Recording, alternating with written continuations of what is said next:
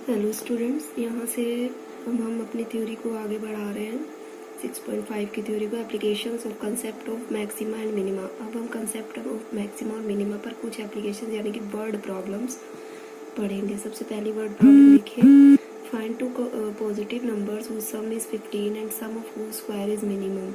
कह रहा दो पॉजिटिव नंबर फाइंड आउट करो जिनका सम 15 है और sum of whose square is minimum. यहाँ पर मिनिमा फाइंड करना है, for which function sum of the squares of the numbers. देखिए किस तरह से इसको सॉल्व करेंगे। कह रहा है फर्स्ट नंबर अगर x है, देखो सम क्योंकि 15 है ना, find two positive number whose sum is 15। अगर एक x है तो दूसरा भी होगा 15 माइनस x। और दूसरा उसने ये कहा है कि दोनों functions sum of whose squares is minimum. तो दोनों का स्क्वायर यानी कि x का स्क्वायर प्लस 15 माइनस x का स्क्वायर, इसका मिनिमा निकालना है। ठीक है, इसकी मिनिमम वैल्यू यानी कि इसका मिनिमा हमें निकाल कर फिर इसकी मिनिमम वैल्यू फाइंड आउट करेंगे। तो इसको हम फंक्शन मान लेते हैं क्योंकि हमें इसी फंक्शन का मिनिमम निकालना है। तो सबसे पहला स्टेप, इसका डेरिवेटिव लेकर इक्वल टू 0 करेंगे। 2x plus 2 into 15 minus x, और माइनस एक्स का डेरिवेटिव -1, तो यहाँ मैंने माइनस कर दिया। इसको हमने सॉल्व किया, यहाँ से x की वैल्यू आ गई 7.5। ठीक है, अब यहाँ पर जो हमारा ये क्रिटिकल पॉइंट है, उसके बाद हम नेक्स्ट स्टेप होता है सेकेंड डेरिवेटिव टेस्ट के अकॉर्डिंग कि हम डबल डेरिवेटिव लेते हैं। अब हमने डबल डेरिवेटिव लिया यहाँ से 4x माइनस 30 का डबल डेरिवेटिव लेंगे एफ डैश एक्स का। तो इसका दोबारा से डेरिवेटिव लेना तो कितना आएगा, 4 आएगा। लेकिन ये तो इंडिपेंडेंट ऑफ एक्स है ना, ये तो एक्स पे डिपेंड ही नहीं करता। एक्स की किसी भी वैल्यू के लिए 7.5 जो होगा मिनिमा होगा, पॉइंट ऑफ मिनिमा ही होगा, क्योंकि एफ डबल डैश एक्स जो है वो इंडिपेंडेंट एक्स के है और ये ग्रेटर देन 0 भी है ना। डबल डैश एक्स 4 आया है, इंडिपेंडेंट ऑफ एक्स है, ग्रेटर देन 0 है, इसलिए फॉर ऑल एक्स जो एक्स इज इक्वल टू 7.5 है वही हमारा पॉइंट ऑफ मिनिमा होगा। क्योंकि जब f double dash x greater than 0 होता है तो एक्स जो होता है वो पॉइंट ऑफ मिनिमा हो जाता है वहाँ पर। तो ये पॉइंट ऑफ मिनिमा एक आ गया हमारा मिनिमा। हमें मिनिमा फाइंड आउट करना था 7.5, और दूसरा क्या होगा, एक नंबर 7.5 है तो दूसरा 15 माइनस एक्स था, 15 माइनस 7.5, दूसरा नंबर आपका 7.5 आ जाएगा, यानी कि आंसर आपके आएंगे 7.5 एंड 7.5। बस ट्विस्ट यहाँ पर है क्योंकि इंडिपेंडेंट ऑफ एक्स है, तो ये यहाँ एक्स की चाहे जो भी वैल्यू रखो ये पॉजिटिव ही रहेगा, ये पॉजिटिव है, यानी कि जो एक्स की वैल्यू आई है that is a point of minima. जब f double dash x greater than 0 होता है तो एक्स जो होता है वो minima, x is the point of minima होता है ना उस जगह। तो ये मिनिमा का पॉइंट एक निकल गया और दूसरा 15 माइनस एक्स करके निकाल लेंगे। अगला क्वेश्चन देखते हैं।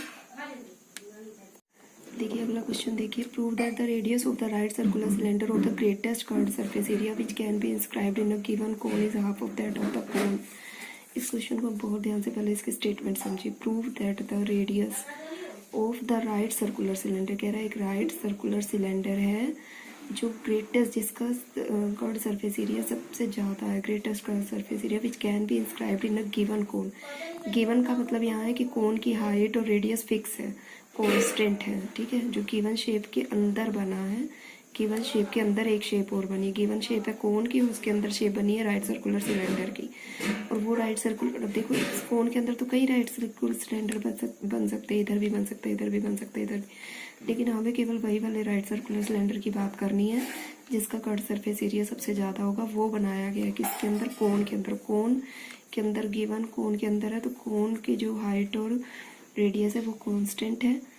ठीक, और अंदर सिलेंडर बना है इस टाइप का जिसका कर्व्ड सरफेस एरिया सबसे ज़्यादा है। फिर क्या पूछ रहा है, prove that the radius of the right circular cylinder. तो रेडियस हमने मान ली सिलेंडर की स्मॉल आर है, कोन की कैपिटल आर है, इसकी हाइट स्मॉल एच है सिलेंडर की, कोन की हाइट कैपिटल एच है। हमें बताना कि radius of the right circular cylinder of the greatest curved surface area which can be inscribed in a given cone is half of that of cone.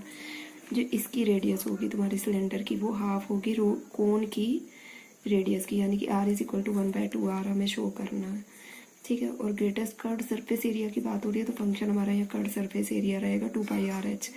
Cylinder के curved surface area की बात हुई है तो सिलेंडर का curved surface area होता है 2πRh। और let capital R be the radius of the cone and small r be the radius of the cylinder. तो उसके हिसाब से हमें प्रूव करना है कि जो रेडियस ऑफ सिलेंडर है जिसको बनाया गया कोन के अंदर, उसकी रेडियस हाफ होगी रेडियस ऑफ कोन के, ये ना prove that the radius of the right circular cylinder of greatest curve surface area which can be inscribed in A given cone is half of that of cone. इसकी जो radius है cylinder की, कोन की radius की आधी होगी।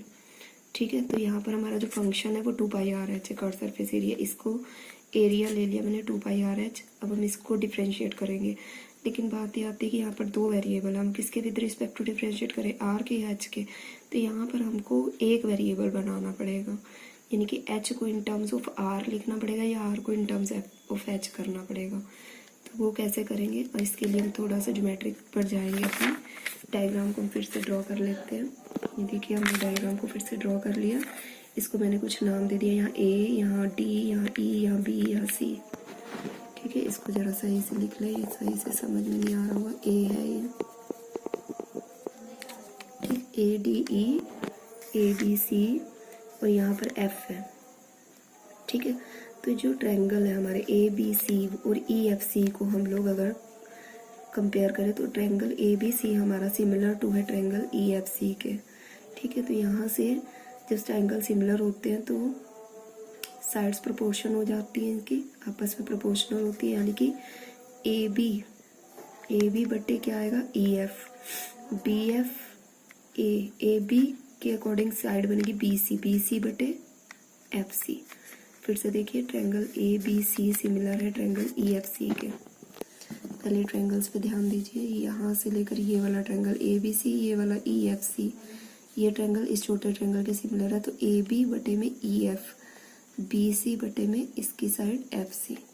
तो यहाँ पर ए बी हमारा कितना है, पूरी हाइट कितनी है कोन की, कैपिटल एच। ई एफ कितना है, ये सिलेंडर की हाइट के बराबर होगा, ये स्मॉल एच। बी सी कितना है, कैपिटल आर, क्योंकि ये कोन की रेडियस शो कर रहा है। और एफ सी क्या लिखेंगे, एफ सी को ध्यान से देखिए, पूरी बी सी में से अगर बी एफ हटा दें, ध्यान से देखो, एफ सी को बी सी में से बी एफ हटा दें, बी सी हमारी कोन की रेडियस है कैपिटल आर, और बी एफ जो है वो स्मॉल आर है। यहाँ पे मैं लिख देती हूँ क्लियर करके कि एफ सी जो है वो कैसे आएगा, पूरी बी सी में से बी एफ हटा दे, बी सी पूरी यानी कि कैपिटल आर में से स्मॉल आर माइनस कर दे। बी सी जो है वो रेडियस ऑफ कोन है और B F radius of cylinder है। तो यहाँ पर हमने सारी वैल्यूज पुट कर दी हैं। यहाँ से हम small H in terms of R निकाल लेंगे, तो यहाँ से ये आ जाएगा। यहाँ ये ध्यान रखना है कि कोन गिवन था शेप, जो गिवन शेप की बात हो रही थी उसमें कैपिटल आर और कैपिटल एच जो है वो कॉन्स्टेंट रहेगा। गिवन कोन जिस शेप के अंदर सिलेंडर बना है ना, बाहरी जो शेप है उसका रेडियस और हाइट कांस्टेंट रहेगी। ठीक है, वो वेरी नहीं करनी है। तो यहाँ स्मॉल एच को हमने इन टर्म्स ऑफ आर निकाल लिया। यहाँ पर अब हम लोग जो हमारा फंक्शन था A is equal to 2πr(h), h को हम एच की वैल्यू जो हमने निकाली है उसे पुट करेंगे। ये हमने एच की वैल्यू निकाली है 2πr(h) की जगह हमने ये पुट कर दिया। तो यहाँ से 2π और ये तुम्हारा एच, ये तो कांस्टेंट है, और ये कैपिटल आर, इनको अलग कर लिया। इस आर को अंदर मल्टीप्लाई करा दो, आर माइनस आर स्क्वायर। अब इस फंक्शन का हमें केवल डेरिवेटिव लेना है, क्योंकि ये पूरा तो पूरा कांस्टेंट है ना भाई। ये 2π, ये एच, ये आर हमने अलग कर लिए, इस आर के अंदर मल्टीप्लाई करा दी, इसका हम डेरिवेटिव लेंगे। अब हम derivative with respect to r लेंगे, क्योंकि हमारे पास अब एक ही वेरिएबल है आर, बाकी सब कांस्टेंट है। तो इसको 2π(h) अपॉन आर ऐसे ही रहेगा, क्योंकि ये कांस्टेंट है। आर इंटू आर का डेरिवेटिव क्या बनेगा, हम विद रिस्पेक्ट टू आर ले रहे हैं तो इसका वन हो जाएगा, तो कैपिटल आर ही रहेगा, माइनस आर स्क्वायर का बनेगा 2r। ठीक है, तो अब dA/dr को 0 रखते हैं अगले स्टेप पे। पहले डेरिवेटिव लेते हैं, फिर डेरिवेटिव को 0 रखा। तो यहाँ से जब आप डेरिवेटिव को 0 करोगे तो ये तो कांस्टेंट है, इसको 0 करोगे r माइनस 2r को 0, तो r is equal to twice of r and small r is equal to 1/2r। यही हमको प्रूव करना था ना, कि जो रेडियस ऑफ कोन है, सिलेंडर है, वो रेडियस ऑफ कोन की आधी होगी। तो ये हमने प्रूव कर दिया। पर अभी हमारे क्वेश्चन यहाँ ख़त्म नहीं हुआ। अब हमें ये भी दिखाना है, हमने बात की थी ग्रेटेस्ट कर्व सरफेस एरिया वाले सिलेंडर की। अभी हमें ये दिखाना है कि ये जो रेडियस आई है ये पॉइंट ऑफ मैक्सिमा है। ठीक है, जो अंदर सिलेंडर है उसका surface area, curve surface area सबसे ज़्यादा है, यानी कि इसको पॉइंट ऑफ मैक्सिमा शो करना है। तो अब इसको पॉइंट ऑफ मैक्सिमा कैसे शो करेंगे, ये हमारे पास एक तरह से हमने डेरिवेटिव इक्वल टू 0 रख के क्रिटिकल पॉइंट निकाल लिया है। देखिए, हमने डेरिवेटिव को इक्वल टू 0 रख के क्रिटिकल पॉइंट एक तरह से निकाल लिया। यहाँ तक हमारा क्वेश्चन अभी खत्म नहीं हुआ। आर को मैक्सिमा दिखाना है तो ये जो वैल्यू आई है आर की, इसको डबल डेरिवेटिव में रख के डबल डेरिवेटिव का साइन चेक करेंगे। तो हम यहाँ से डबल डेरिवेटिव ले रहे हैं एरिया का, D A by D R की जगह d2a/dr² लेंगे। तो यहाँ से ये कितना आएगा, अब इसका डेरिवेटिव लेना है ना, ये तो कांस्टेंट ही है, ये इसका डेरिवेटिव r, ये कांस्टेंट है, इसका 0 हो जाएगा, 0 -2r का -2 रह जाएगा, ठीक है, क्योंकि r का 1 हो जाएगा ना।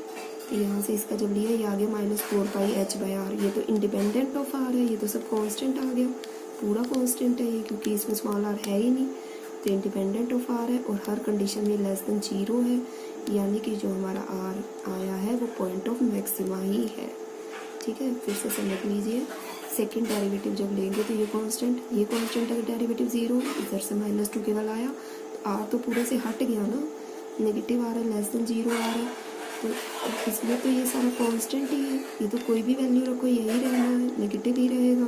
तो इसका मतलब r जो स्मॉल r है वो पॉइंट ऑफ मैक्सिमा है। डबल डेरिवेटिव अगर लेस देन 0 आ जाता तो गिवन पॉइंट क्या होता है, पॉइंट ऑफ मैक्सिमा होता है, तो ये पॉइंट ऑफ मैक्सिमा ही है। तो ठीक है, हमने r = r/2 भी प्रूव कर दिया और पॉइंट ऑफ मैक्सिमा भी प्रूव कर दिया। इस तरह से हमारा क्वेश्चन फिनिश हुआ। ओके, अब हम आगे थोड़ा सा पढ़ते हैं कि अगर हमारे पास मॉडुलस फंक्शन है तो उनका मैक्सिमा और मिनिमा हम किस तरह निकालेंगे। जैसे इस तरह के फंक्शन है, तो इस तरह के फंक्शंस में हमें वी हैव टू जज the maxima and minima only by plotting the graph. केवल ग्राफ प्लॉट करके ही आप मॉडुलस फंक्शंस का मैक्सिमा और मिनिमा फाइंड आउट कर सकते हो। उसमें first derivative test, second derivative test आपका फेल हो जाता है। किसमें, मॉडुलस फंक्शन में। जैसे हमने पहला ये वाला फंक्शन उठा लिया, f(x) = mod of x + 2 - 1।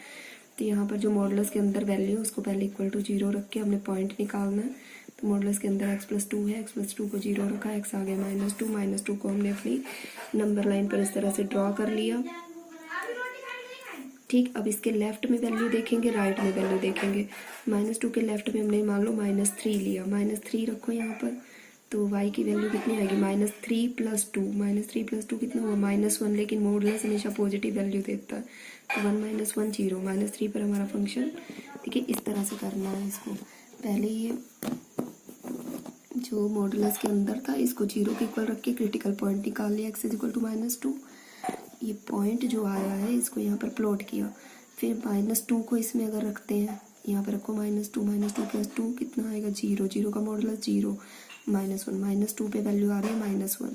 तो इसको हमने ऐसे ग्राफ बनाते हैं ना कि x इतना रखने पर y कितना आया, तो -2 रखने पर -1 आया, इसको ड्रॉ कर लिया। फिर -3 रखा, -3 + 2 -1, मॉडुलस पॉजिटिव होता है, 1 - 1 0, -3 रखने पर 0। फिर -1 रखो इधर वाली वैल्यू, एक राइट में ले ली, एक लेफ्ट में ले ली, एक राइट में ले लेते हैं। -1 + 2 1, 1 का मॉडुलस 1, 1 - 1 0, तो ये भी 0 आया। तो ये हमने इस पे वैल्यू ये आई है, इस पे वैल्यू ये आई है, इस पे वैल्यू, तो इसका जब ग्राफ ड्रॉ करेंगे तो कुछ इस तरह से आएगा। तो यहाँ पर पॉइंट, ये मिनिमा का पॉइंट केवल एक आ रहा है, x = -2 is the point of minima and f(x) जब -2 रखेंगे, या -2 + 2 0 -1, तो f(x) = -1 is the minimum value. ये आपका पॉइंट ऑफ मिनिमा है। और यहाँ पर जब f(x) में -2 रखोगे तो जो आएगा वो मिनिमम वैल्यू आएगी। अगर यहाँ मैक्सिमम की बात करें तो मैक्सिमम तो एग्जिस्ट ही नहीं करेगा, तो इन्फिनिटी तक देखिए आगे बढ़ता जा रहा है ना, तो इन्फिनिटी तक चला जाएगा। तो मैक्सिमम एग्जिस्ट नहीं करेगा, बट मिनिमा हमारा आ गया -2 और -1 मिनिमम वैल्यू। तो इस तरह से हम लोग मॉडुलस फंक्शन, आगे जब अब एक्सरसाइज करेंगे तो काफ़ी सारी इसमें वर्ड प्रॉब्लम्स भी आएंगी, मॉडुलस फंक्शंस भी आएंगे, वहाँ आपको अपनी जो है थ्योरी और ज़्यादा क्लियर हो जाएगी। Okay students, that's it.